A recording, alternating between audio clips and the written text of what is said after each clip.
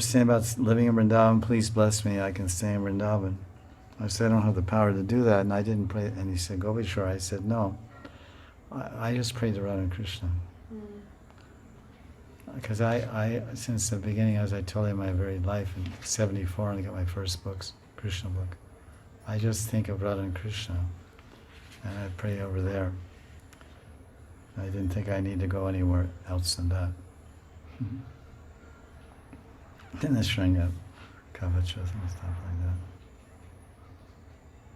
I probably didn't introduce that to us. He said, our goal is Radha and Krishna, and we have Radha and Krishna in our temples, and Jai Radha Madhava. It's so funny, I was researching something on net, and Prabhupada's in a lecture, and I never, because I've heard so many Prabhupada's tapes so many times, 6, 7 hours a day for 10, 12 years.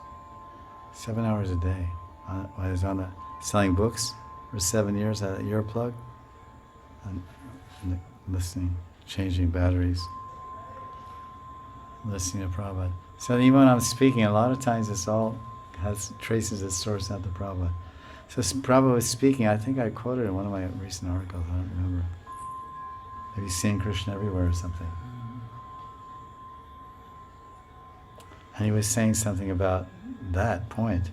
And he's saying, just like, Radha and Krishna or something like that. And he said, so we should,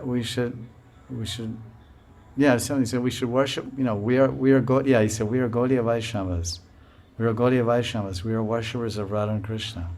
We worship Radha and Krishna. Jai Radha Madhava Kunja Vihar. And he said that. Then he said, he said Jai Radha Madhava Kunja Vihari. And then maybe in Gopi Janavara that much. He said, so that this is what it means to be Gaudiya, to worship Radha and Krishna. I thought, oh, I was reading, which is a transcription of a tape lecture, live lecture. So I saw even Prabhupada, when he was speaking, he would say Jai Radha Madhava. Because many times they say, well, what does Prabhupada teach? Where's the Jai Krishna Balaram, Kunja Vihari,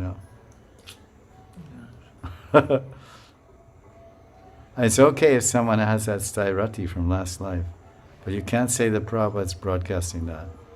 That's not fair. Either say we don't know what he's broadcasting, because he never stated what his stairati is in black and white, to anyone. Nobody can say. Tamal or Giriraj Maharaj or anybody, the seniors from the topmost senior down, no one knows. It's a mystery. Everyone just gives their idea or opinion. But it's clear if we look at what he did and what deities he emphasized. Jaya Radha Madhava, it's Radharani and Krishna. Didn't print one book. None of his books talk about Krishna and Balaram. The main subject of the 10th canto of Krishna book is Radha and Krishna. The other lilas are just shown to give you a comparison of the Samartha Rati versus the Sadharani Rati versus the Samanjasa Rati. There's 3 different levels of Madhurya Rati. One is Kuja and Mathura, one is the Gopis, and one is the Queens of Dwarka. So all those kind of lovers are shown to show that, because you can for comparison. Samartha, complete, everything, the only objective, everything of the Gopis is Krishna. But Samanjasa means the Queens of Dwarka have Samanjasa. I'm loving Dwarkadish, but I want a little pleasure in myself also. I want to experience a little bliss from serving Krishna. Give and take. Gopis don't care. Trample me, crush me by your place. Shiva Paramatam. That's Samartha. And what's the other one? Kuja's Samartha, the Gopis, and Samanjasa, and Sadharani. Sadharani means ordinary, commonplace. That she was ugly, or I guess she not ugly. She had a pretty face actually. Kuja had a pretty face, but she had broken back or something. Maybe she fell down the stairs as a baby or something. Had a pretty face and a broken back, so she was bent over. So Krishna made her beautiful, but Chari said she had a beautiful face. Straightened her out, so she became very beautiful.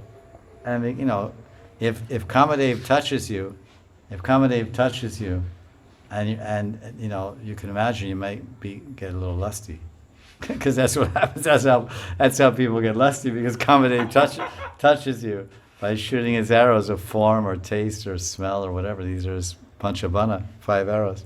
So Kamadev Sri Krishna, you know, put his hands under her jaws and stepped on her toes and gave her a chiropractic adjustment. First beginning of chiropractic. You know, cracked her back and she became straight. And then she was, then she became lusty. Why did she become lusty? Because lust personified just was standing on her. So that's what happens. Lust personified stands on your mind, and then you're gone. You're married. So she said, "Wow, Krishna," you know, and she said, "Let's come to my house," you know. And she's a young girl, and he's only 15. When he got to Mathura, he was 11. He's hardly 11 years old, but mature people, some rare individuals mature at a rate 1.5 times ordinary. That's in Padma Purana. It's quoted by the Acharyas.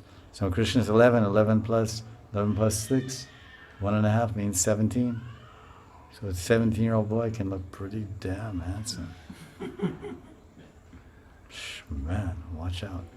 And you're God to boot. Long, wavy hair and beautiful lotus eyes, and beautiful smile, broad chest, long, serpentine arms, and beautiful skin. My God. And you're just a peasant girl grinding sandalwood. So, you know, Mr. Universe is standing in front of you. So she said, "Come on, please come to my house." And he said, "No," and all the coward boys said, "No, please." You know, the coward boys, "Hey, Krishna, you know, you want to see the rest of Mathura, or what's on your mind now?"